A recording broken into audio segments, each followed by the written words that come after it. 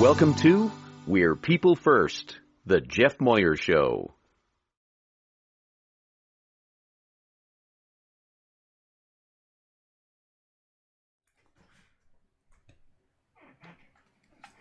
Okay. We are on. Angelique, how are you? Great. Good to see you again. Okay, I want to show you Jeff's hand here. Hold your hand up there, honey. First of all, greetings, everybody. And we greeted Angelique, but not our audience. Oh, that's right, not ours. I'm in the dark over here anyway, so I just follow my leader here. So this is my...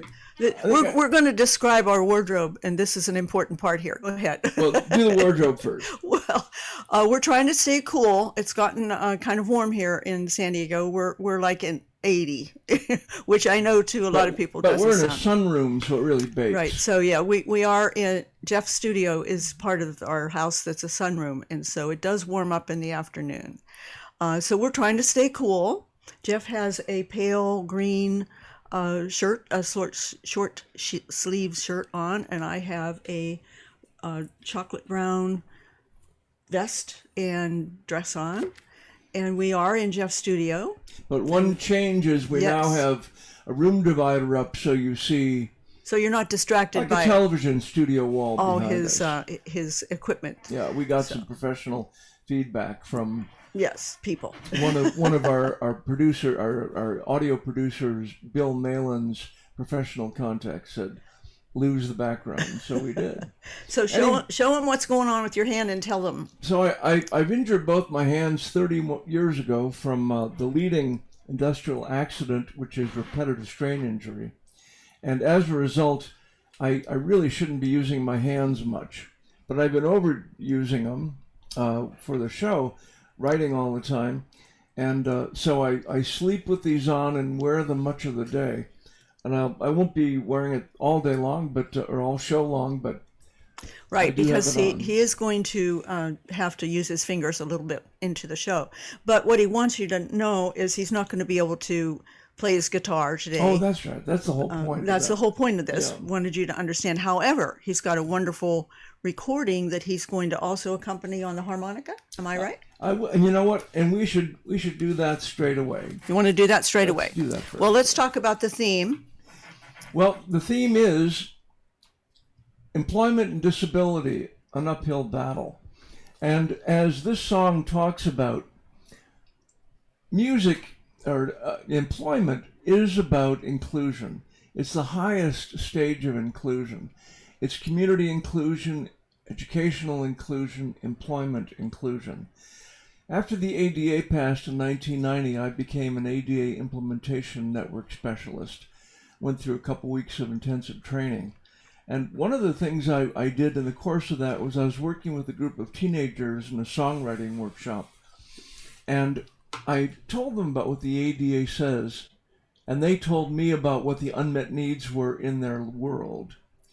This hits employment on the button. And tell us the name.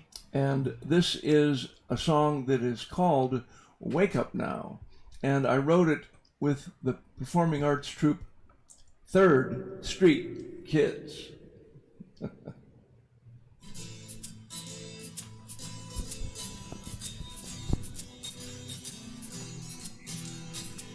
We want to ride the bus you ride. Turn up the music.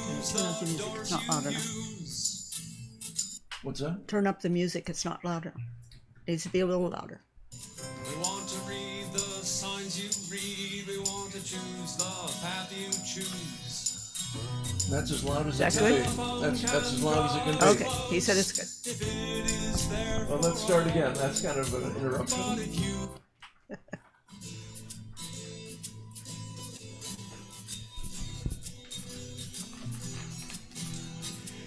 We want to ride the bus you ride. We want to use the doors you use. We want to read the signs you read. We want to choose the path you choose. The telephone can draw us close if it is there for all. But if you can't hear, speak speak or reach the slot, then you can't make the call. We got to wake up now. We got to look and see. Things aren't the way that they ought to be. With access we can surely grow if schools had open doors. For knowledge is much more than books, it's arts and sports and more. We want to share in all of school, to flourish and to thrive. In attitude, we find the key. We grow, awake, alive. We got to wake up now. We've got to look and see. Things aren't the way that they ought to be. Networking is a human way. It builds community. Yet millions are excluded just by disability. We have the skills and the hearts and the minds. We're equal to the task. And ADA has paved the way. We've seen the light at last. We've got to wake up now. We've got to look and see. Things aren't the way that they ought to be. We've got to wake up now. We've got to wake up now. We've got to wake up now. We've got to wake up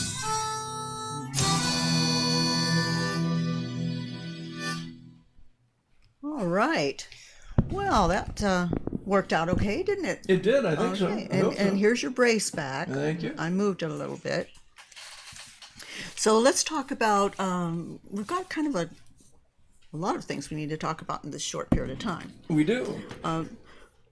First of all, we want to acknowledge the people that commented.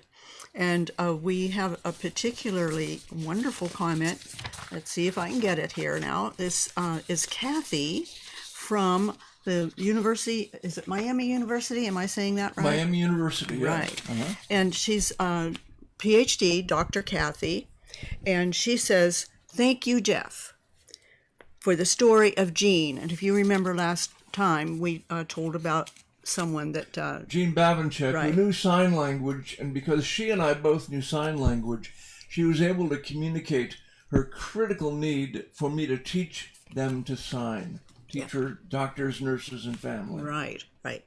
And she goes on to say, "I firmly believe that everyone should learn ASL, but minimally the alphabet. Yeah. Your writing," and so what Jeff did after he read the story on the show, then that becomes the blog, and the blog is on his website. So she says, "Your writing confirms that, that you should learn ASL, and it recommits me to work toward that goal." Isn't that great? Now, she's that is fantastic. an eminent faculty scholar, and she's a professor emerita. So she is someone that knows what she's talking With about. serious I'd say. academic standing. Absolutely. Real honor to get that. So thank you so much, Kathy, for that. And we also had a correction. We did.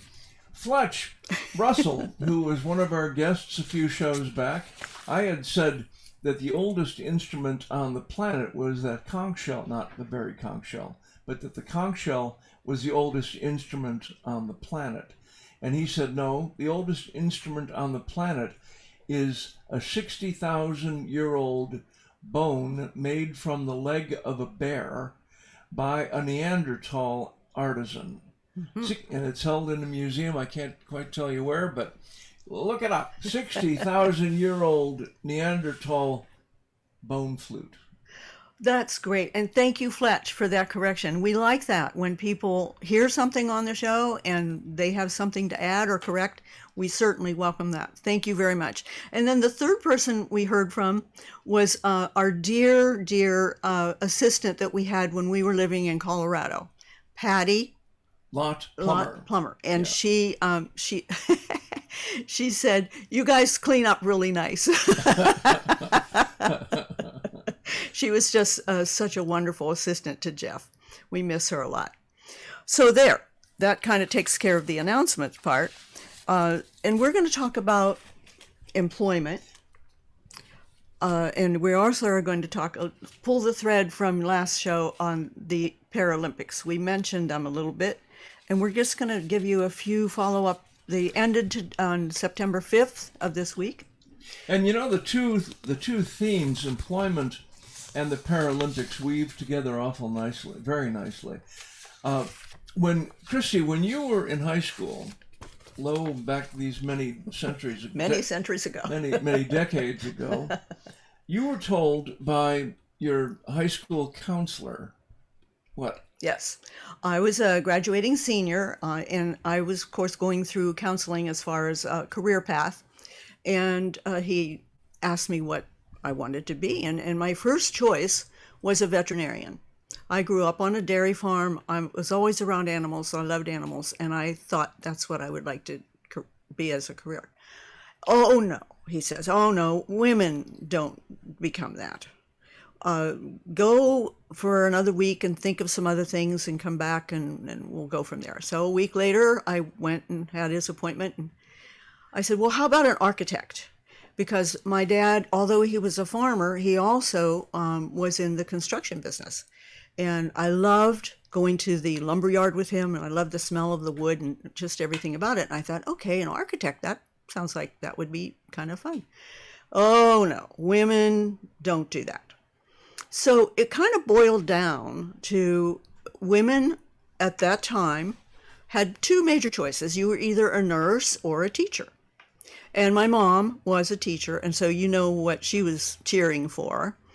And so lo and behold, that plus coupled with financial strain on the family, I had just enough money to go to Kent State University and take what they called the cadet course for teaching.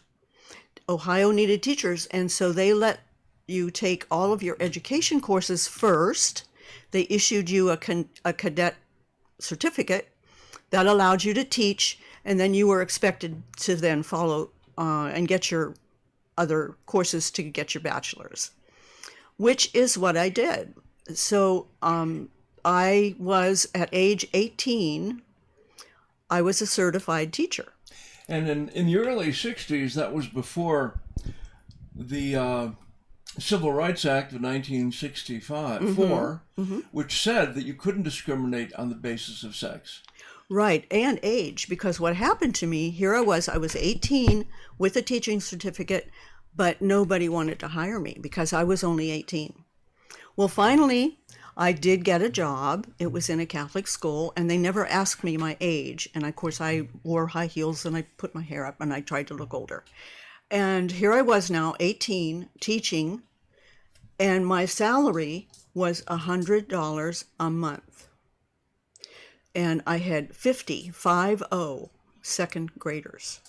So when I was preparing to talk about this, I said to Jeff, so what was my hourly wage?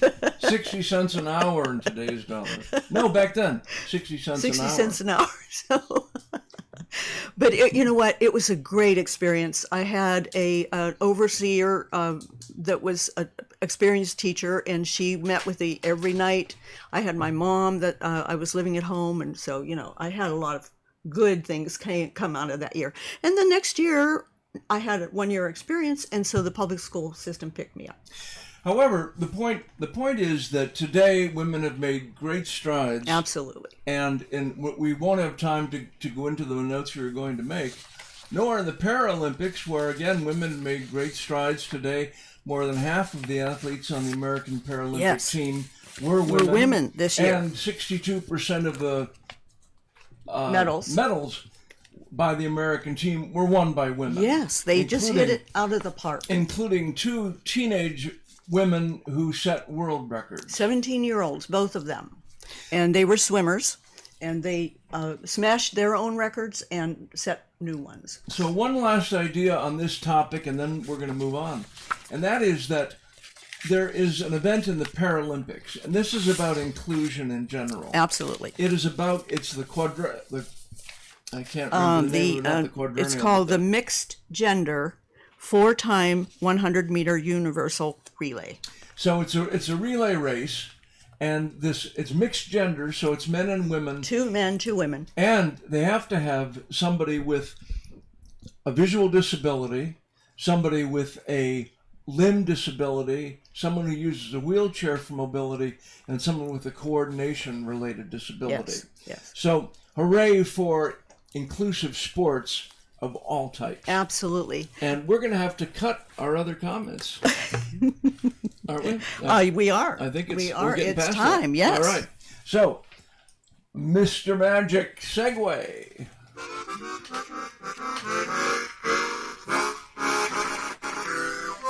Guest interview. Okay. And I think we're getting ready to have our guests come on.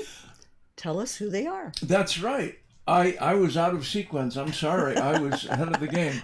I should have introduced you in the last. Well, segment. here they come. I see them. I'm sorry. That was my failing. Yes, Jeff's The Gravitts, Yes. Jonna and Mike Gravitt. Please. Welcome. forgive me. I have to tell you, we have been waiting to travel to see these folks. They live in Pittsburgh, Pennsylvania. And as you folks know that's been watching our show, we're from Ohio. So we were neighbors at one time. And so they are here, and they are ready for you to give them a welcome. Well, I want to welcome both of you. You are a power couple in every way, particularly when it comes to employment. Jonna Gravitt is an accessibility and talent specialist with Bender Consulting, which is a new paradigm, a new model in employment for people with disabilities. And Mike Gravitt is an IT specialist for Highmark Incorporated, and also, now Mike, remind me, I forget the second part of your title. Me too.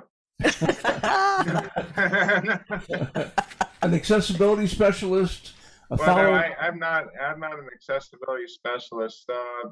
Basically, I'm a business data analyst, systems analyst.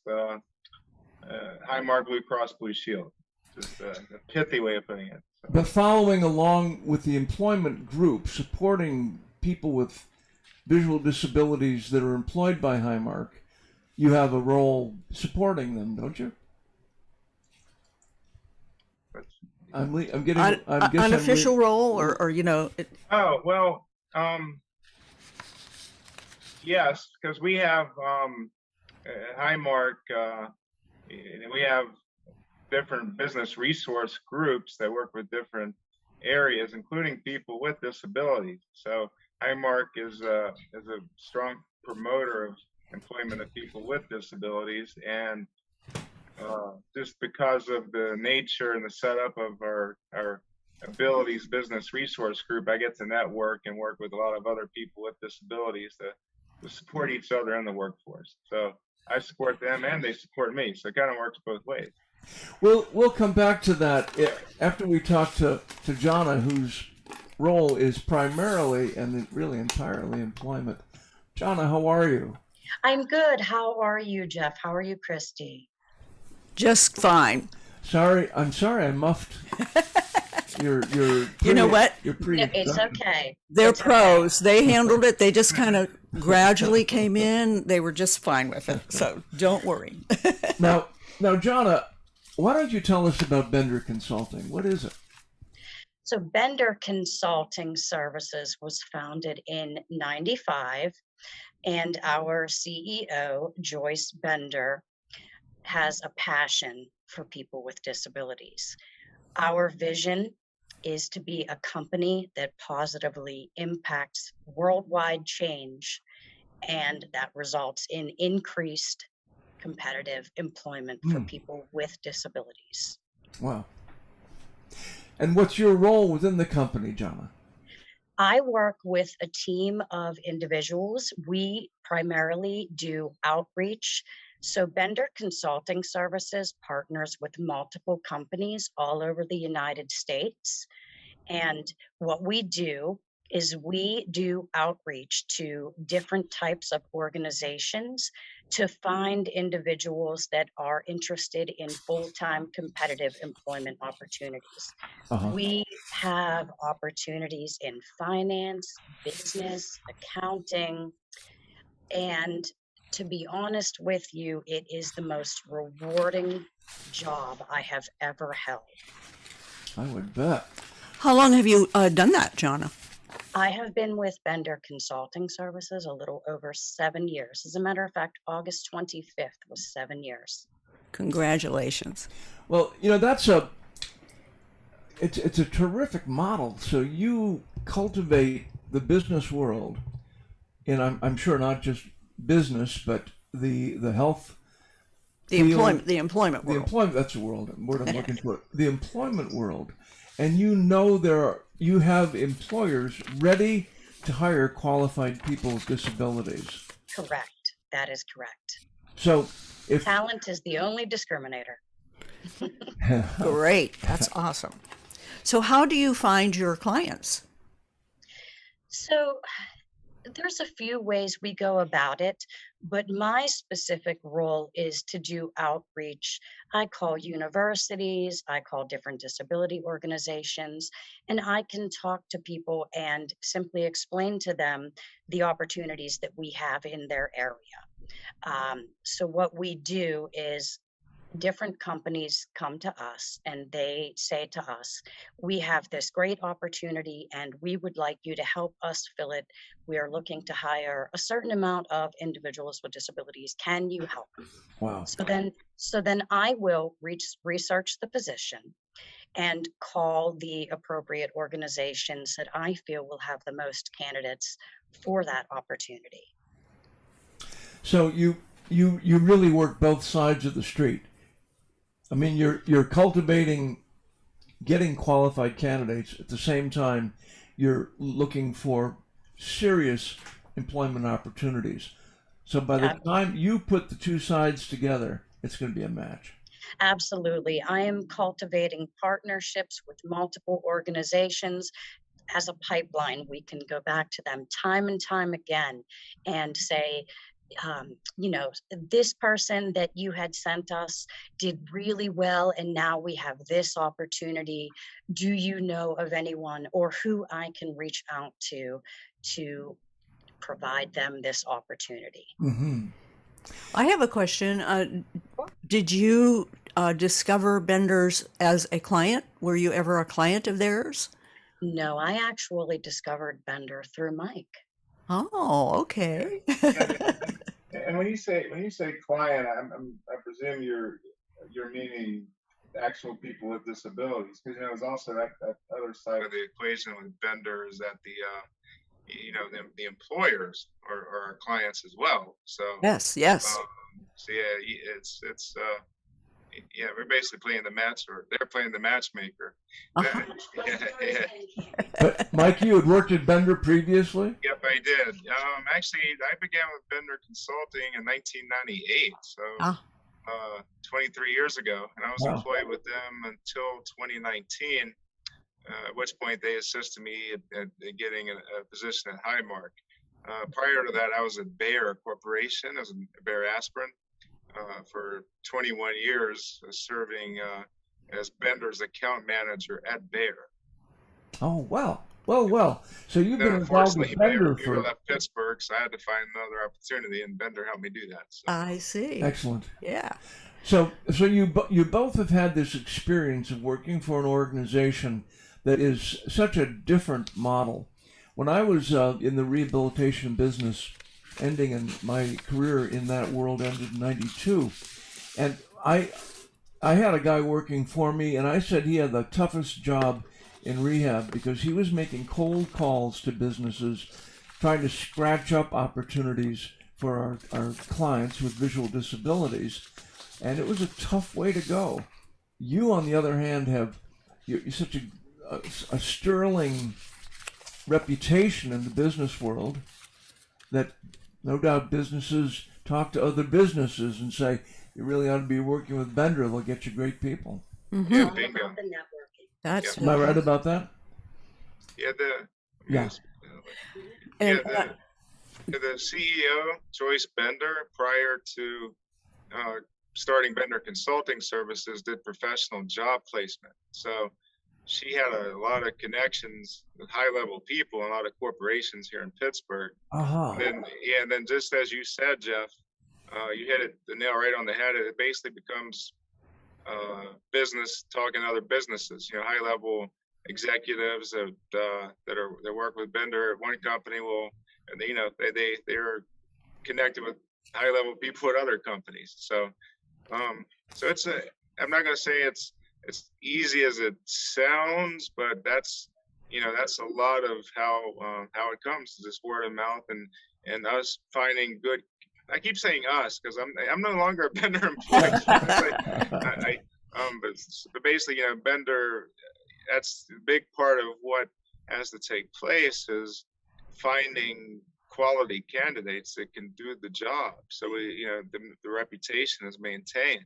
mm-hmm. So that we provide quality. Bender provides quality work. So.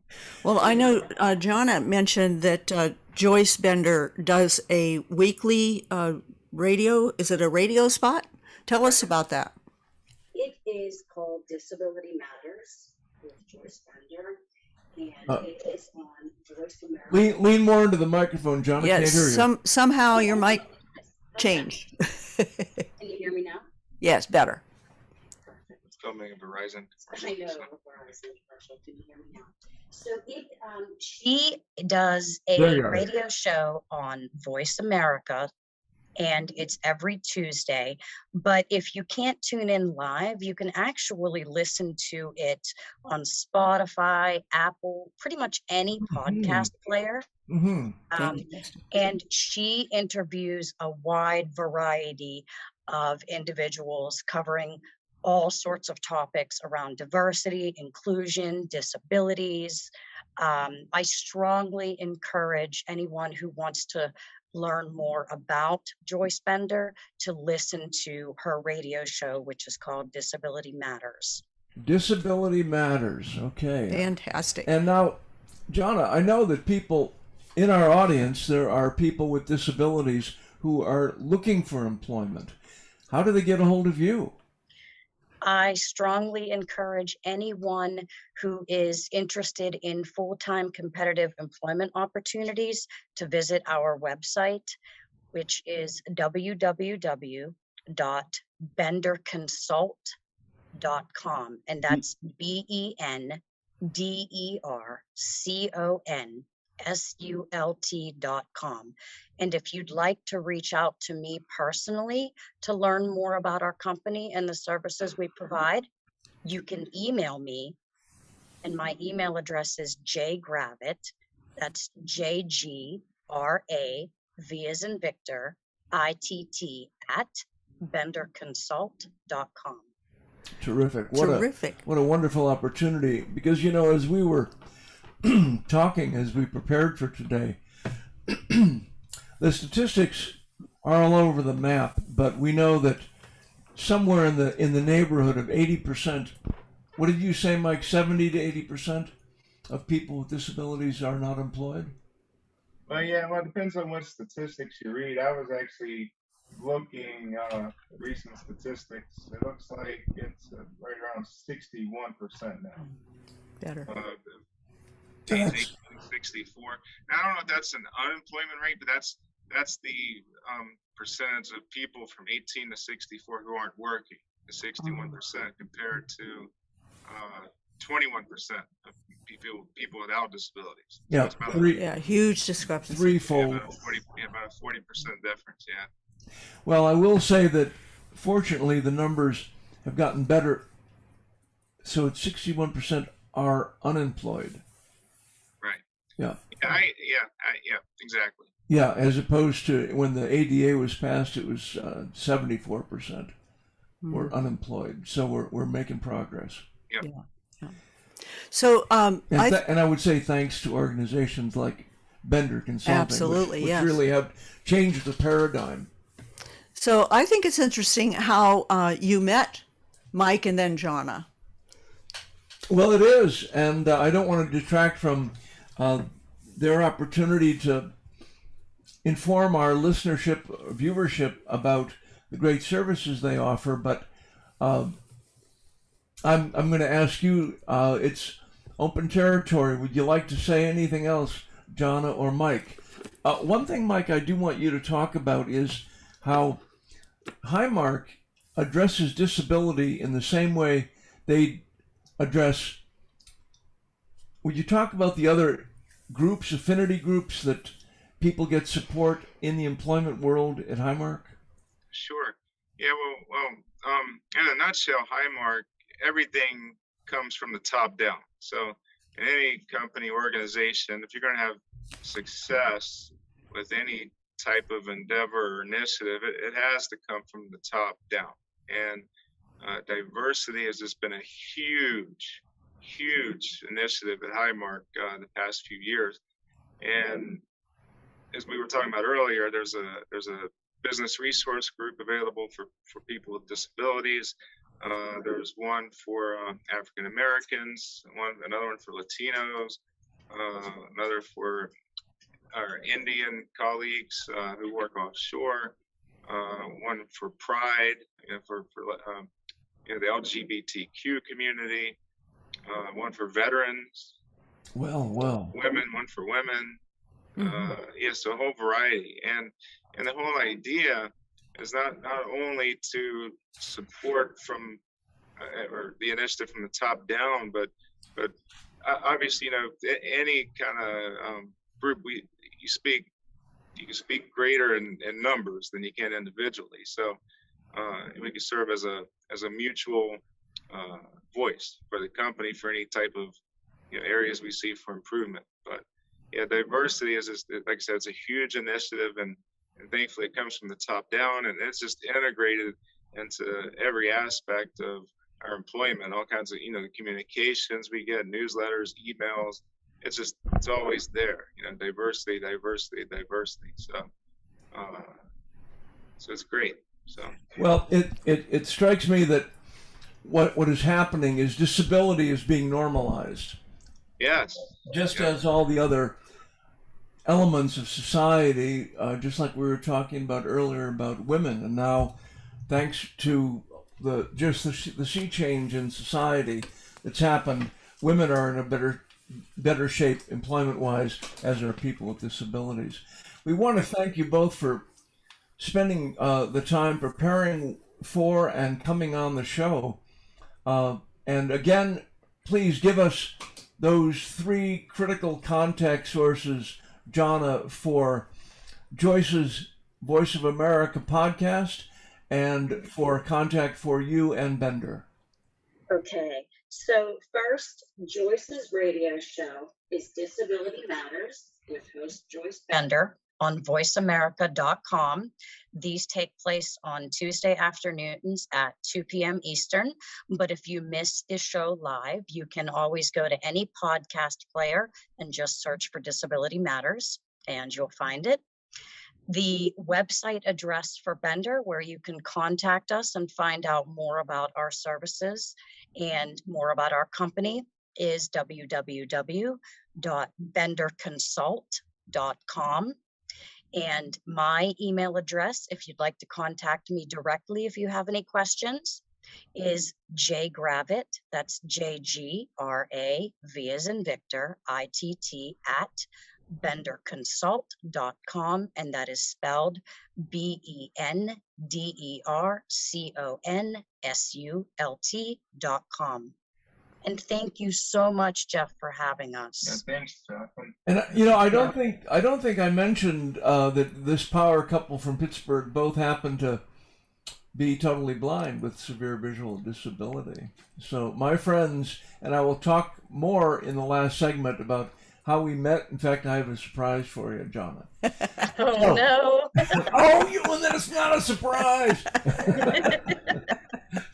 And Well, it'd be a surprise now if you don't do it. No, I promise I'll do it. Thanks. Yeah. And I want to clarify one thing real quickly, Jeff. Yes. The website for her radio show, for Joyce's radio show, is on Voice America, not Voice of America. That's actually two different services. So it is voiceamerica.com. Voice America, yeah. Okay, so to search for Disability Matters, it's voiceamerica.com. Yeah. Right, or I think there's a link to it from the benderconsult.com website as well. there is. Okay. There is. Good. Well, thank you, Jonna. Thank you, Mike, and carry on with your leadership, seeing to it that more and more qualified people with disabilities get into that critical world of employment. As we say at Bender, lead on. And disability, not fragility. What's that? What did you say? Disability, not fragility. Disability, not fragility? Yeah.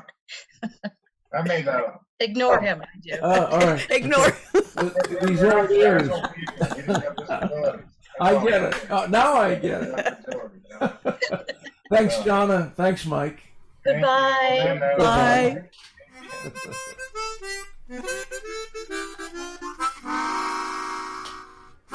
People First Consciousness.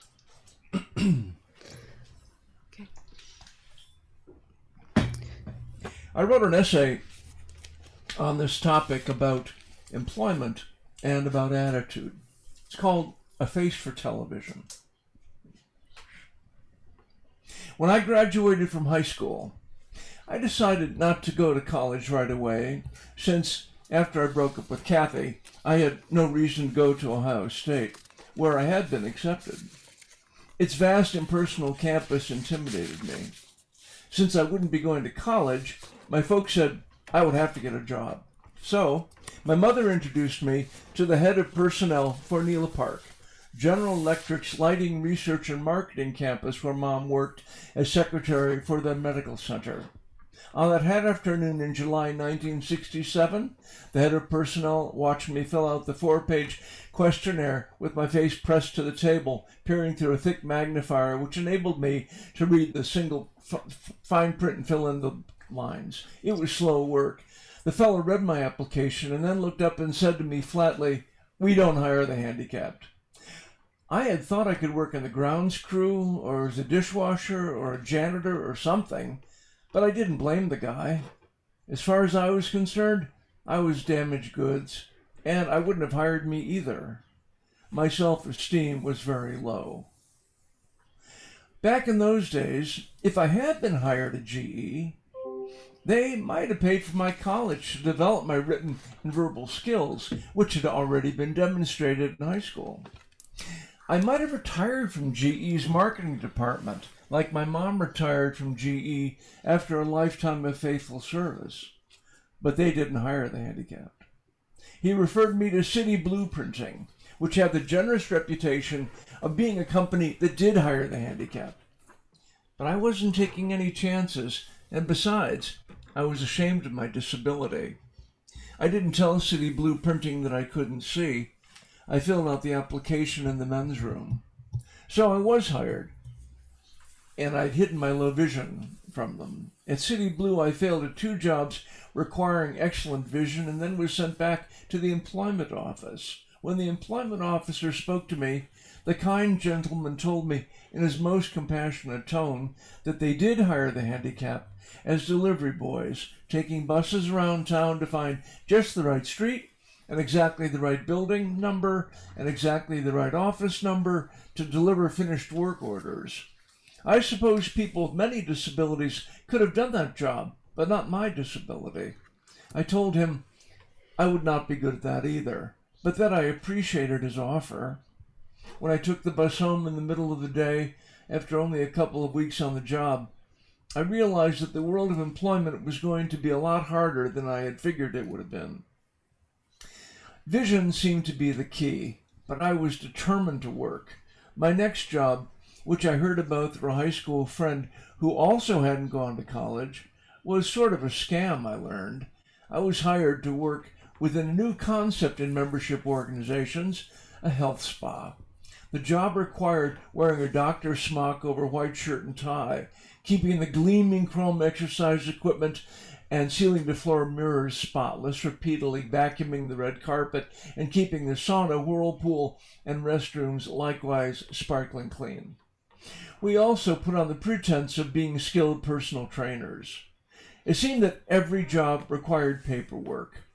There were personalized exercise forms with small print in tiny boxes within which I was supposed to keep detailed records about our members' exercise programs. But the members all had their own routines, like the banty rooster guy who strutted around wearing a white sweatsuit, shiny laced-up boots, and a wide leather belt with an oversized silver buckle declaring, "First runner-up, Mr. Ohio, 1957. When he showed it to me and I told him I couldn't read the buckle, he told me what it said. I was genuinely impressed. And while I spoke to all of our customers and learned a great deal about them, like a bartender, barber, or pool boy might learn about their customers' lives, they didn't need my services. Then one evening, someone really did need my help.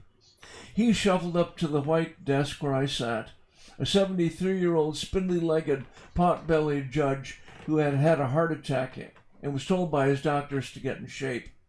So, without any idea what I was doing, I got up my trusty magnifier and set up an exercise program for the old judge, who I now know really needed a highly specialized heart rehab program. I had him curling little silver dumbbells, walking on the treadmill in his rubber flip-flops, bench pressing light weights on the universal gym, and then easing himself into a well-deserved steaming hot tub after baking in a sauna at over 150 degrees of dry heat. Yikes! What could have possibly gone wrong? The Holiday Health Spa tried to recruit me into their management program. No chance. I had found their high-pressure sales tactics and overall vibe to be so distasteful that I wasn't going to stick around. I had decided to start college at Cleveland State University in January 1968. So my life within the health spa industry had an actual end date. After 2 quarters at Cleveland State, I hitchhiked to California, knocked around while studying hard at 2 junior colleges, and thanks to my high grades, got into the University of California at Berkeley. I graduated from Berkeley with highest honors, and then, 10 years after GE had told me they didn't hire the handicapped, I earned my master's degree in rehabilitation administration. I heard about a federal job opening within the Blind Business Enterprise Program in the Regional Rehabilitation Services Administration Office. It was a disability preference hire, and my master's was a perfect fit, but the interviewer voiced there'd be too much reading. Although I showed him photographs of myself using a new device, a closed-circuit video magnifier, which could blow the print up to mega letters I could read, like I had used successfully at Berkeley to study my class notes, while reading my voluminous textbooks through listening to recorded readers 40 hours a week. Funny, 7 months before, we had staged a successful 24-day sit-in within that very federal building to gain our civil rights, including employment rights, under Section 501 of the Rehab Act, which said the feds could not discriminate if I were otherwise qualified, which I was. No matter, no job. Because that guy just didn't hire guys with my disability. A woman with quadriplegia got the job instead. I had been working since I was 9 years old, and by that time, for 5 years as a program administrator. I began volunteering teaching guitar at the new Peninsula Center for the Blind and Visually Impaired while I was still in junior college. Because of that volunteer job, I was offered a great opportunity developing and running summer programs for teens and tweens with visual disabilities.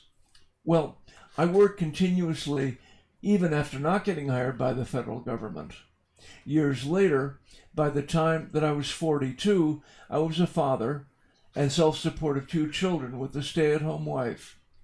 I was rehab director at the Cleveland Sight Center and had put in 2 decades in the blindness field, developing many successful rehabilitation programs.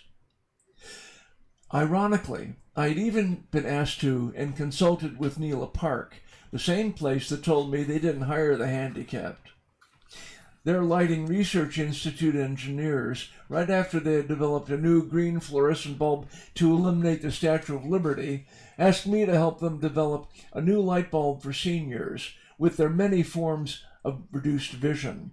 I came up with a new concept which would meet everyone's needs. A three-way pink incandescent light bulb, which could illuminate from a very low light 50 watt for those who are light sensitive to a very bright 150 watts for seniors needing increased illumination. However, my main job was rehabilitation programs. One innovative rehabilitation program which I developed at the Cleveland Sight Center, applying assistive computer technology to help people obtain and retain their jobs, was recognized by National Geographic and Doctors Without Borders as an international model. By the time my days were running out in the blindness trade, I'd lost all my useful sight, and I was grateful to have that job which blindness could not upend. I had every reason to expect that I would retire from the Cleveland Sight Center, since I was good at my job, and assistive technology had given me access to word processing, through which I could write, edit, and apply my mental brawn as a grant writer, administrator, professional writer marketing our programs, and otherwise ply my trade, which did not require sight. But a new executive director just piled on the paperwork, all of which was only on paper, while at the same time he cynically reduced my secretarial support. There were annual and quarterly monthly employment evaluation for my 40 employees, 8 of them reported to me, monthly program budgets for my 11 programs, consumer satisfaction questionnaires, accreditation, filing systems, and more. He didn't want me around, so he made my life miserable. He didn't like my advocacy, always finding new ways to help folks with visual disabilities. And although my personnel file gleamed, there was no union to protect me. I worked at the boss's pleasure. So I packed my office and left the job, which clearly was not blindproof. It was 1992, and I decided to hang out my shingle as an ADA consultant. I applied for training as an ADA implementation specialist through the U.S. Department of Justice and was accepted into a week-long class taught by Berkeley's Disability Rights Education Defense Fund. A year later, I received Phase 2 training.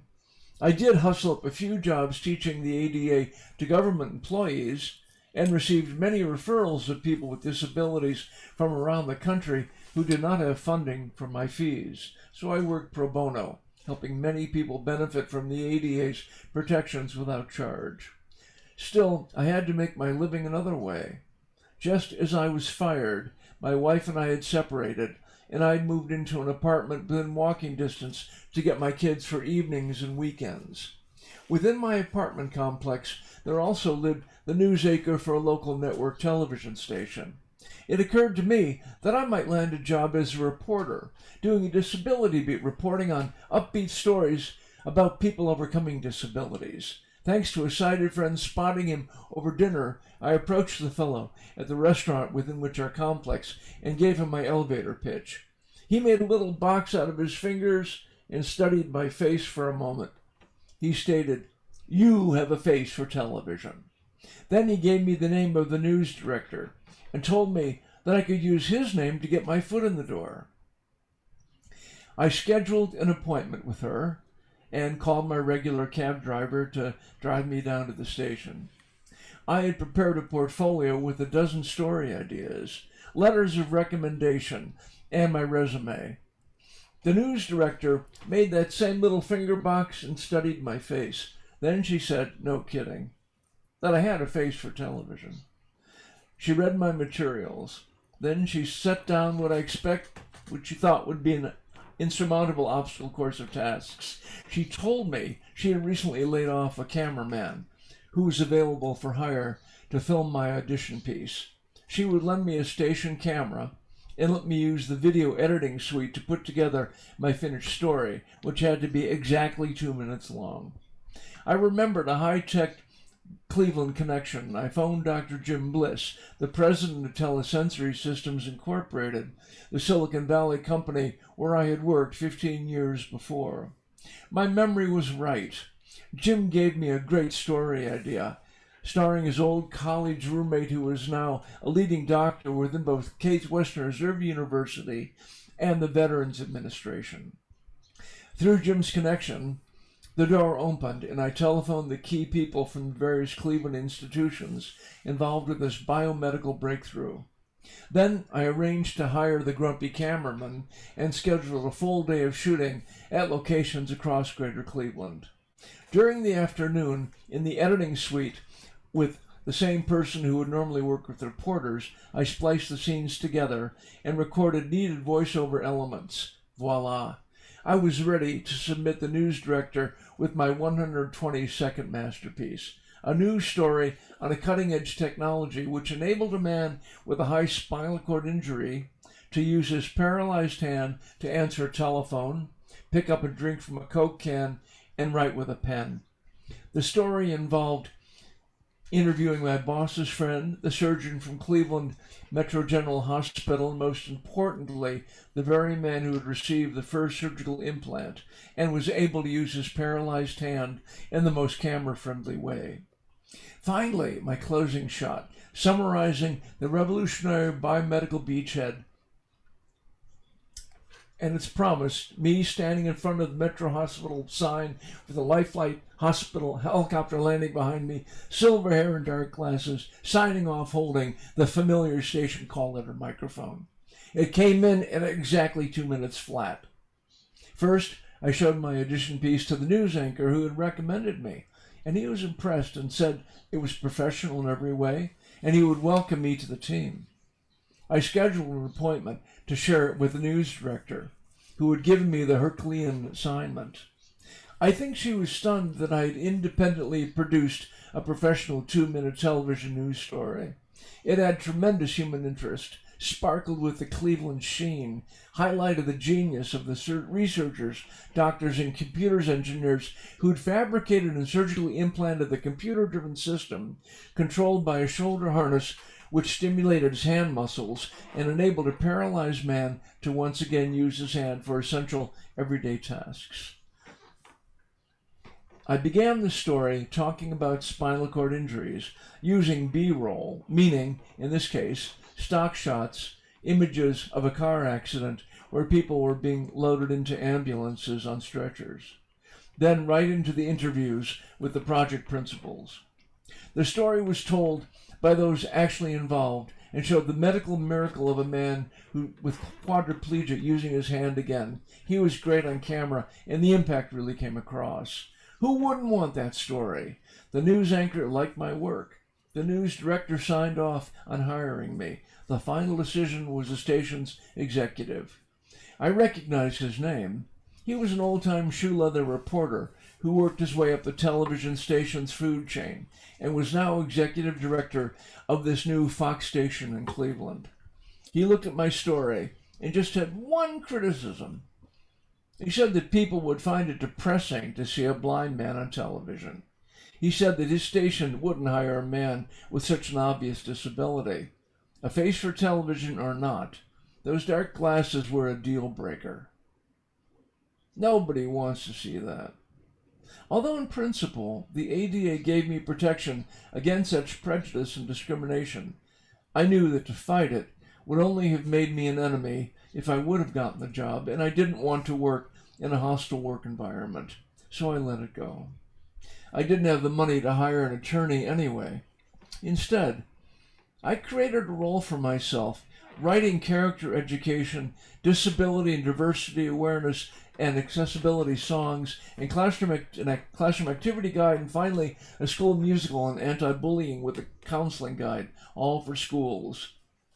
Soon I was invited to present keynote addresses and workshops at educational conferences. By the end of that run, I'd worked in 47 states and 5 other countries, and had moved over 30,000 items from my catalog.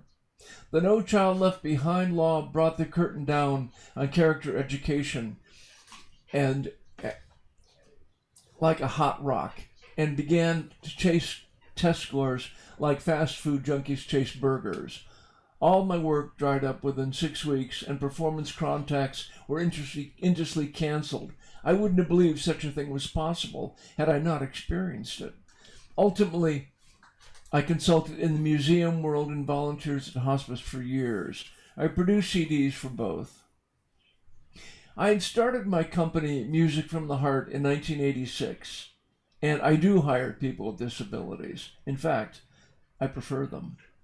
Since my television audition piece, I have discovered my range of talents and have done exactly what I've chosen to do, including developing and producing this television show, which is our experiment in serving the social good.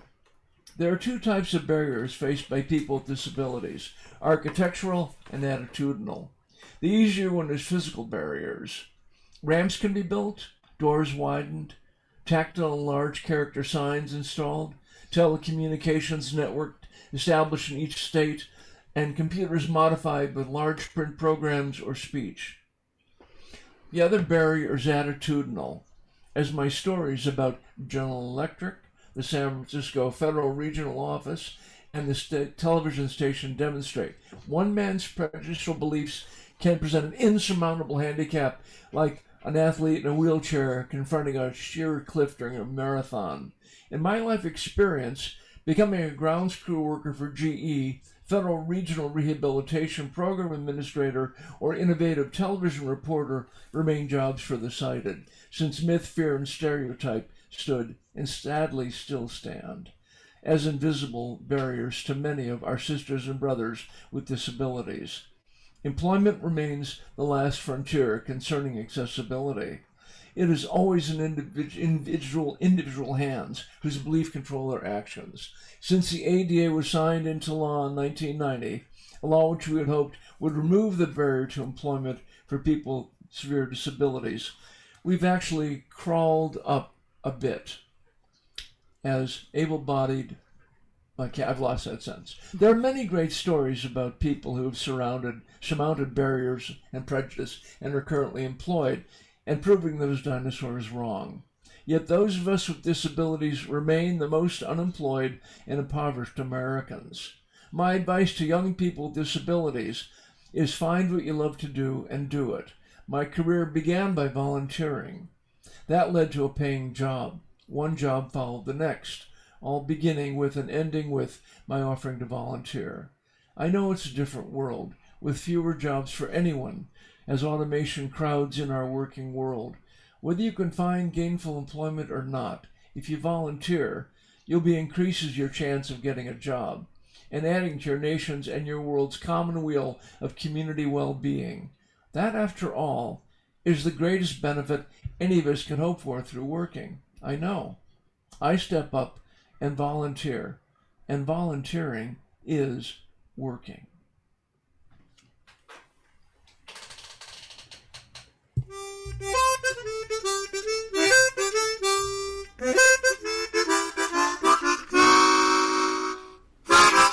Instrument corner.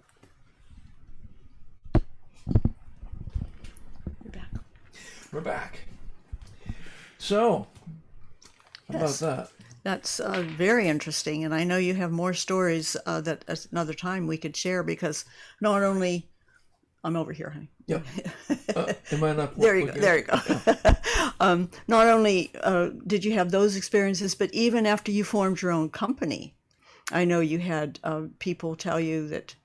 It wasn't about me so much as the idea of inclusion. I spent 2.5 years developing for the local PBS station in Cleveland a program that was going to be 2 half-hour-long concerts for 4- and 5-year-olds with a mix of kids with disabilities, showing how to include kids with disabilities in the classroom. It was going to be for little children to watch and enjoy the music. This is music for kids. Paraprofessionals in Head Start centers would have watched and learned how to do their job, and parents would have gotten hope. It was going to be really a great model. Also a teaching guide for Head Start classrooms and kindergarten teachers, and posters for the classroom. After 2.5 years of developing it, we got within 6 weeks of shooting, and the PBS station hired a new educational program director, and he pulled out. He said, "I don't want to waste my grandchips on cripples." That's what he told me. Wow. Yeah. And so, yeah, attitude is always the key. Yes. And that's why our show is here, because we're hoping that we can spread the good of consciousness, people's first consciousness about people with disabilities and our abilities and our what we face in life, etc. Right? Exactly. Yeah. Now, we are at the hour mark, so you have just a few minutes. Do you want to share your instrument? I do. Well, actually, I will share this very quickly. You want your hand? Oh, it's up here. We're going to run over a little bit this show. I'm not going to be a slave to the clock. So this is another flute.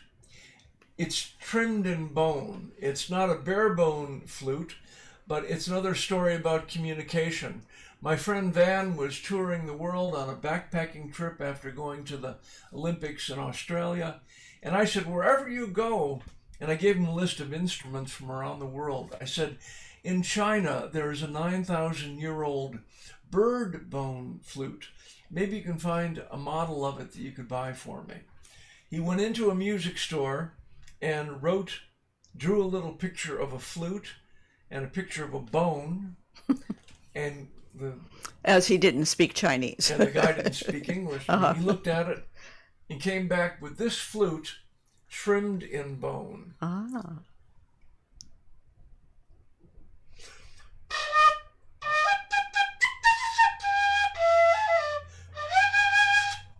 Very nice. Yeah.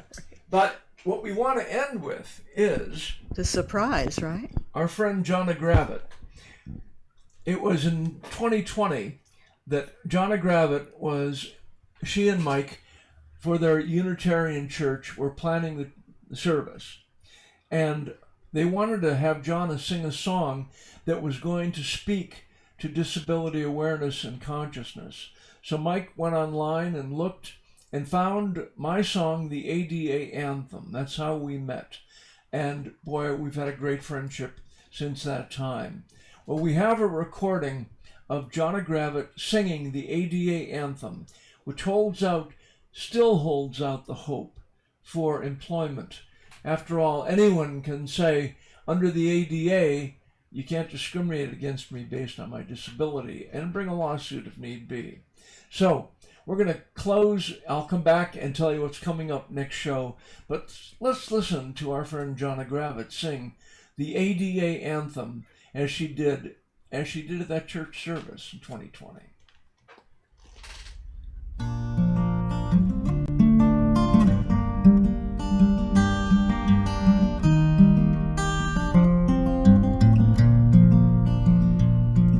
In the disability rights movement were the streams of constant change, for the worse and for the better, in flux it had remained. But to move it with decision towards human dignity, we gathered as one. There was work to be done, for we held only part of the key. ADA, we stand as one to see it through. ADA, civil rights overdue, but to shape new legislation based on laws as then in place, bringing power to the people whose lives these things embraced. So we formed a coalition, and the system surely moved. It's a law today, it's the ADA, and the balance has improved. ADA, we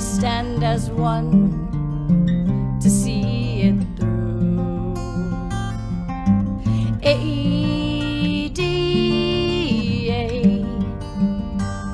civil rights overdue.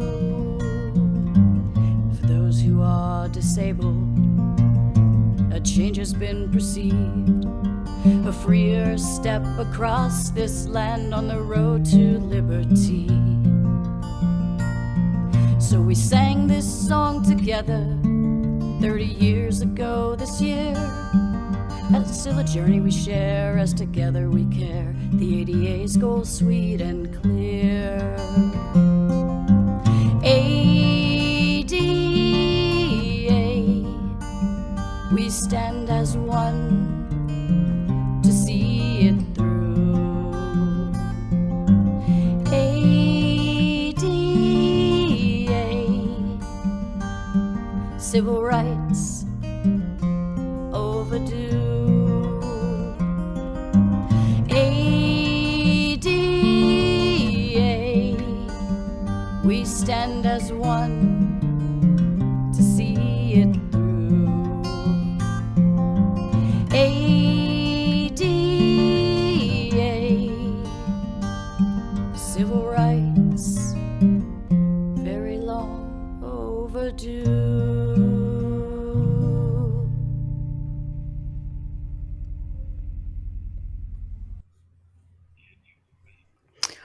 Well, thank you, Jonna, for that. I hope you were surprised.